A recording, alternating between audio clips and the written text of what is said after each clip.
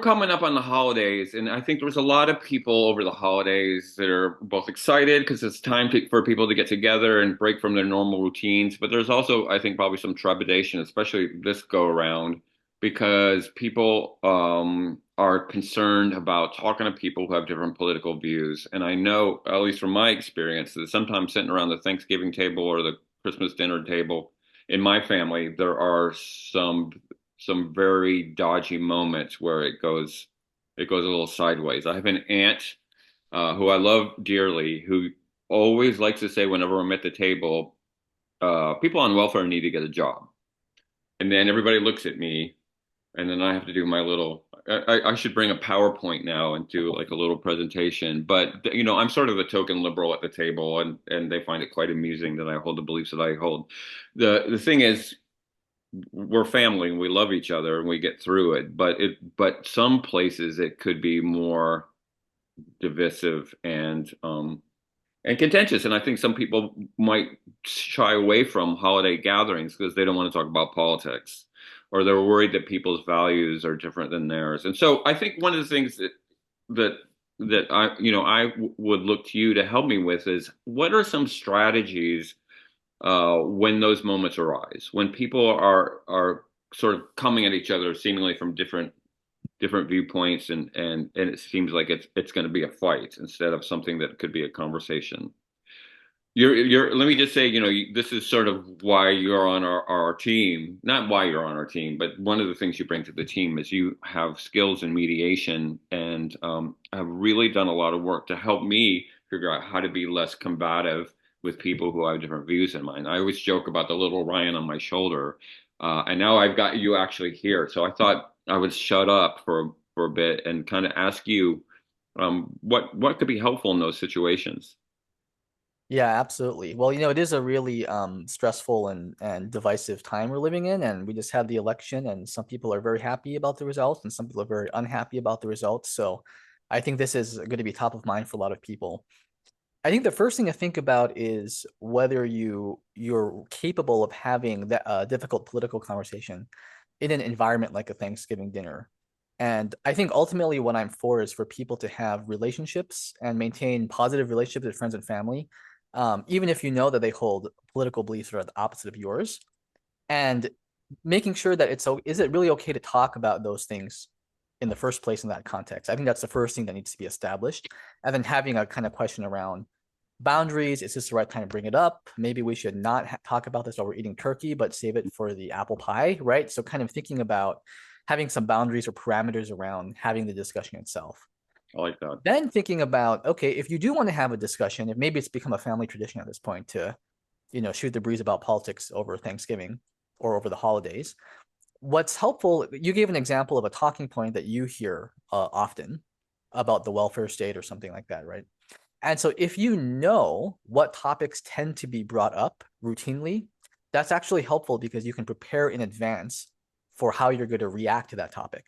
So if you know the topic that tends to come up, you can do the inner prep work in advance by first thinking through what might cause me to get triggered or upset or flustered in the situation, and what kind of techniques can I work on in advance to not react that way, knowing that that might come up, right? So different people have breathing techniques. They have, you can kind of like write down your thoughts. You can look more deeply at your own view or your values about around that, or your life experiences for why you might react the way you do.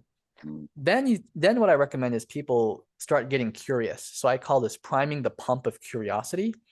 And the technique that I teach to do this is called curiosity loading, right? So curiosity loading is you take a topic and then you write down in advance before talking to someone about the topic all of the questions you have that you want to ask the person that come from genuine curiosity. And as you write down questions, you can start feeling that spirit of genuine curiosity kind of coming up within you. And for me, that energy or that mood, that vibe of curiosity starts to wash away anger, frustration, feeling defensive or reactive. Then once I'm in the conversation, I've already pre-pumped that curiosity, and I can then let it flow into the conversation and drive the questions that I ask and how I engage, right? So I'm replacing the propensity to react with anger, frustration, defensiveness with openness, curiosity, and dialogue. Yeah, I like that because I like the idea of doing the work beforehand, before you walk in, instead of thinking, "Oh, I'm going to go in and there's going to be, some fighting or some conflict." Thinking, "Oh, there is going to be some conflict, and this is how I'm going to handle it." I think thinking about your reaction before it happens allows you to be calmer in the moment. And I can say, well, there's that question from Aunt Marianne. Okay, this year, instead of getting in an emotional state or feeling defensive, I'm going to say, maybe why is this important to you, or what's the reason for asking this question, or to be a Hmm. little bit more curious. Absolutely. Yeah. And there are, just to rattle off a few questions I tend to open with. Sometimes it's just, oh, tell me more, like I don't really know where you're going with that. Right. Another one would be something like, tell me how this issue became important to you. That's great. That's a great one. Right. What's your kind of origin story for why this topic became salient or had enough energy behind it that you would even bring it up in the first place? You know where, and this is one of the issues I imagine that will be on the serving plate a lot, are issues around transgender issues. Hmm. Transgender politics are certainly been first and forefront during the election, and I think is used as sort of a, here's the topic that's driving the political debate. So I can imagine asking that question, what brought you to care so much about this issue would be fascinating, because some people might not have an answer for it. Absolutely. Yeah. It might be like, oh, I heard it on the news and I heard that there was, transgender athletes in the Olympics. And so now this is my number one issue. I think asking that question might be revealing a lot about why people hold on to the issues that they hold on to, because sometimes they may have a good backstory. Like, I've cared about this since I was a teenager, or it might be, yeah, just something people are talking about. Right, right. And for different kinds of issues, I find different kinds of questions or conversational angles to be helpful, right? So I think for issues like transgender debates, other identity related debates, um, I recommend avoid getting into philosophical or theoretical arguments about uh, words that are contested, like What do you gender or mean? any of these things. Oh, okay. And I think a better way to do it is to share personal stories with people that you care about, right? Talk about the stakeholder groups that you care about and ask people if they feel, it's shared in a way where you feel like people can start to develop empathy for those groups. They don't have to agree with the conclusion or agree with your position, but you can still start to develop a more empathy around the people you care about, Could right? you give a little example of what that would look like? Sure. So for any issue, you could talk about, yeah, I hear your position on this. I have friends or family who are transgender, or I have friends or family who have been impacted by this issue in this way. And that informs how I'm thinking about it and why I care so much about that, because I'm thinking about their feelings. And then what I always say is, so that's a personal story, right? Yeah. You made it personal. You shared about someone specific or some group specifically that you care about. And then my third advice is you end with a question. So these are the people I really care about. What do you think about that? How does that land with you? Oh, I'd love to hear your thoughts, right? yeah. So sometimes I'll preface before I say something, I'll actually say, I have a thought or a story I want to share with you. I really want to get your reaction. Hmm. Here it is. Well, by saying I really want to get your reaction, the person's like, okay, now I'm listening. So you basically trick them into listening to you. You share a story Yeah, and the question. that's really good. Yeah. That's really good. Yeah, because people, I mean, I think in the work that I do and talking to and interviewing people that are kind of, you know, somewhat on the political margins, talking to extremists, one of the things that I want is to feel like somebody's actually listening to them and cares about what they think. So, being curious and asking questions, and then sort of doing a little bit of the backstory about why they care, does both. It sort of unmasks what the real motive is, but also allows them to say, well, this is my personal journey. Thank you for listening. And that, for me, as an interviewer, as an ethnographer, kind of asking those background questions and to people as human beings, like, what's the journey that brought you here, has been a wonderful research tool to get people to kind of tell their stories. And so it's not just the ideology that they're laying on you; it's sort of the backstory about why they came to that place. So that sounds like that it might, technique might also be useful in these situations too, where you're kind of getting at the story behind the political position, I always not think about that validating them. as a iceberg, right? So the if you what's the top of the iceberg above the water is your position. I'm for this, I'm against this, right? Beneath the iceberg, the things you can't see are all of the things you want to get down into. Those are personal stories, those are values, those are the stakeholder groups or individuals you personally care about. Those are your cultural context. Those are the psychological state of being that you're coming to the conversation with, right? All of those other things are the deeper, more meaningful factors that you want to get down into. And that's where you can still disagree, but have a really humanizing, enriching, mutually beneficial dialogue. Yeah, yeah, and that achieves the goals that we're trying to achieve, which is we sort of rehumanize each other and break through some of those barriers and build bridges, and then all of a sudden we're back to just being human beings who happen to have difference of opinions on a couple of different issues. Meanwhile, we've got the exact same opinion on grandma's turkey; it's overcooked again, or there are lots of things that we're going to find commonality on over the holidays. So let me ask you a sort of personal question on this. Is there a topic in your experience that you feel it's just not worth talking about? Have you ever had an experience where someone is so dug in that it's better just to leave it alone than to get curious? It's better to just say, okay, all right, I'm not going to waste any time. Have you ever had that in your experience? I have not on a one-on-one basis. Of course, because you're you. You Um, would see that as a bigger challenge. Like, oh, I've got some questions I haven't even used in a while. I'm gonna crack this nut. right, right. But I think in a dinner family context, I have a lot of like, yeah, we're not going to talk about that. Sorry, kind of a thing, you know.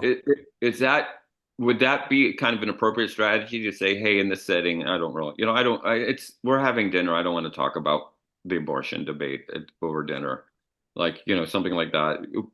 Would that be okay? And in that setting, would you say, maybe we can talk about this later. Well, let's just do it another day. But I don't. We're having a great time, and I don't want to talk about this issue because it's too upsetting. I mean, one of the reasons I ask that is because, when you're talking about something like abortion, that yeah, it has political connotations, but there are also people that have had personal issues with it. I mean, I've had a holiday dinner where my, brother, when he was kind of very, very right wing, started talking about abortion because I had a pro-choice sticker on my car, and my girlfriend, I knew had an abortion, and I didn't want her to have to be dragged through a potentially triggering, traumatizing, emotional Sure. debate between my brother and I, because so I just like, let's not talk about this because so I think some of those conversations also being mindful of people's trauma, you know. I mean, Absolutely. yeah, I think that's part of it also. And but how to inject that sense of empathy in the middle of someone who's coming at you and wants to debate this topic and be like, I don't without outing anybody in the room, I don't think we should talk about this right now. Sure, sure. I mean, I always acknowledge first, right? So acknowledge, be like, yeah, like, yeah, I see this really means a lot to you, and you have a lot to say about this. You've been thinking about this a Mm, lot, or it sounds yeah, like you're really frustrated about the current laws around abortion, and I really hear that. Or yeah, I hear you're ecstatic about the election results, and you're really excited about the new administration, and yeah. And I'm thinking maybe we don't talk about this right now because we're just starting to cut open the turkey, whatever, right? yeah. There you Or go. There you or go. I and like let's that. talk about it later. Let's talk Yeah, about I sports. like that. No, no, that's a very helpful technique. So you're acknowledging them and their passion on this issue. So you're sort of holding that space for them, but then you're kind of diverting and saying, okay, I hear you. Let's do this in a different setting. That's absolutely right. Yeah, The other that is thing super useful. Yeah. the other thing you can do that I've also done in certain situations is to ask about not to get into the topic of the conversation, but to have a meta conversation first. So that could be something like, I see you brought up this issue and I think we disagree on the conclusion. So if you want to keep talking about it, I'm wondering what would a meaningful dialogue around this look like to you? Like, what do Yeah. you want to get out of this? Yeah. Um, I call that talking about talking. yeah, Mhm. exactly. Meta dialogue, Yeah. right? And so part of that's useful because it allows ourselves to reassess our own motivations or intentions in the conversation. And I always tell people, if curiosity is not your primary driver or intention in the conversation, then what is? Like, are you trying to Right. educate someone? Are you trying to prove them wrong? Are you trying to debate them? Are you trying to make them feel bad in front of That's people? powerful. Right? What really is your guiding intention moment to moment in the conversation? And That before you enter that, that where are you could coming from? Yeah. Yeah, that could both reveal and I can see some people also kind of getting defensive about that question, like what are you trying to say?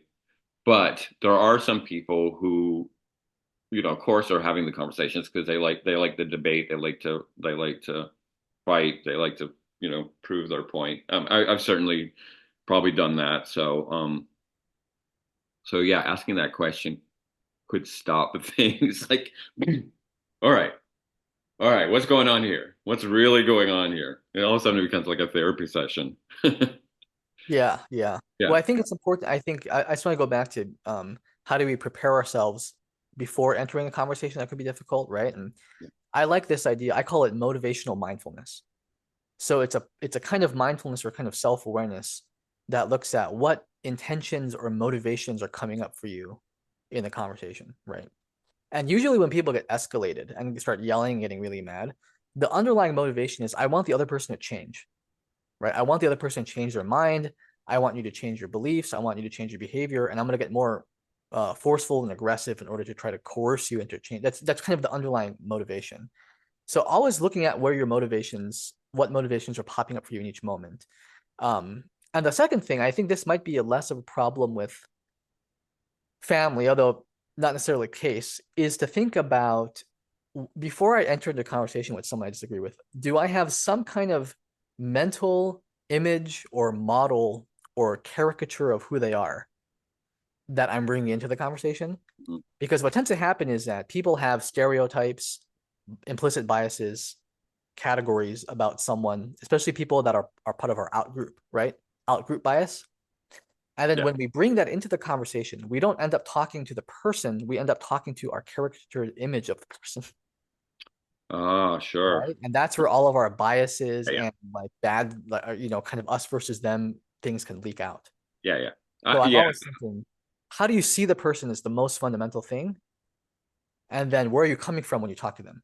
that's really helpful because I certainly have been guilty of talking to people as these political caricatures. Yeah, You've got a red cap on. I know everything I need to know about you. exactly. And there's you can't surprise me with anything that you're going to say, and I've got it all figured out. So this is a pointless exercise because I'm talking to this cartoon character instead of this human being. Yeah, that's really Yeah. useful. I think a lot of us, and I think people on all sides are. I experience this in the way some of my conservative friends talk to me. You know, I'm not an idiot, but they think I'm an idiot. But we but I can throw it right back at them, and then it's just like two cartoon characters yelling at each other. It's like Tom and Jerry or something. It's not the real world. It's these these avatars that we've created of other people. I do have a few more things to say about that Yeah. too, if I can. This is kind of getting into the advanced workshop, kind of Oh, good. part two of the workshop, one of the workshop series we lead. But it basically comes down to this how the brain works in terms of associations. So if I say a particular word, your associations are going to fly off into one direction, right? So if I say woke, you have a certain association, certain emotions come up. If I say MAGA, certain Mm. associations fire off, certain emotions come up, right? Right. If I say gender affirming care, et cetera, et cetera, et cetera. So sometimes people get very triggered and hung up just on the word. And it's like, oh, you use this one word. That means you're a this box or you're a this box. You're a left wing, you're a right wing, you're a Trump supporter, you're a woke, whatever. And so that because it tends to happen, I'm very mindful with the words that I use. And I think about if a topic comes up that's coded as either being left wing or right wing in terms of the ideology it's associated with. How do I refer to the same idea, but not use the same word that is used in the kind of cultural polarization war, right? Uh, So I'll just give you an example. If I wanted to talk about um white privilege, and it was a very polarized thing, or that the topic of privilege came out, I probably wouldn't call it white privilege, right? I would say something like uh certain advantages that are bestowed to people in certain contexts based on historical factors. So that might take longer, but the other person who would normally have an allergic reaction to a word like white privilege would react differently, yeah, but you can still talk about the same idea. yeah. So that's another thing is to That okay, I'm putting that to work right away because yeah. that is one of my challenges because I do want to talk about white privilege, but I knew immediately, people's backs go up, especially white people's backs go up whenever I use that phrase. So It's a yeah. doing that little trick, this is a little Jedi mind trick. These are all words have become self-sorting kind of signals or Mhm. signifiers, which is really too bad, I think. So for real practical advice would be to open chat GPT, type in a contested word that you know would trigger the other side, ask for a bunch of synonyms and experiment with them. AI will save us. Famous last words. Yeah, right. I Yeah. like that. Thanks for that. I appreciate that. So this has been really helpful, Ryan. I mean, I think not just for the people who will watch this and the people who are in the community struggling with the political polarity that we're in, but also myself. You've had such an impact on me because like a lot of people, I'm up for the fight. Like I'm ready to go, and it just becomes exhausting, and I feel like it's the same old, and I'm not really bringing anybody over to my way of thinking, or I'm losing relationships, or I'm missing out on people as complete human beings because I'm focused on this one narrow aspect of their personality, and that's that. I want us to be able to reconnect in the coming era that we're moving into instead of fighting all the time. So I think this is a little video that I'll probably go back and watch a couple times when I need a reminder. So I appreciate the time and I appreciate the help, and I hope you have a great holiday season filled with peace and understanding, and not a lot of arguing over things that can be solved on another day. So thanks so much, Ryan. I really appreciate your participation and your wisdom on this issue. Yeah, thank you. Thank you, Randall. I love I just love to see how you've kind of ingested and are kind of using these practices and kind of how it's worked for you. So I love to hear about your process. And to anyone who's watching this, yeah, good luck. Try the techniques. Send us an email. Let me know how it goes. Yeah, yeah. Thanks. All right. All right. Happy holidays, everyone.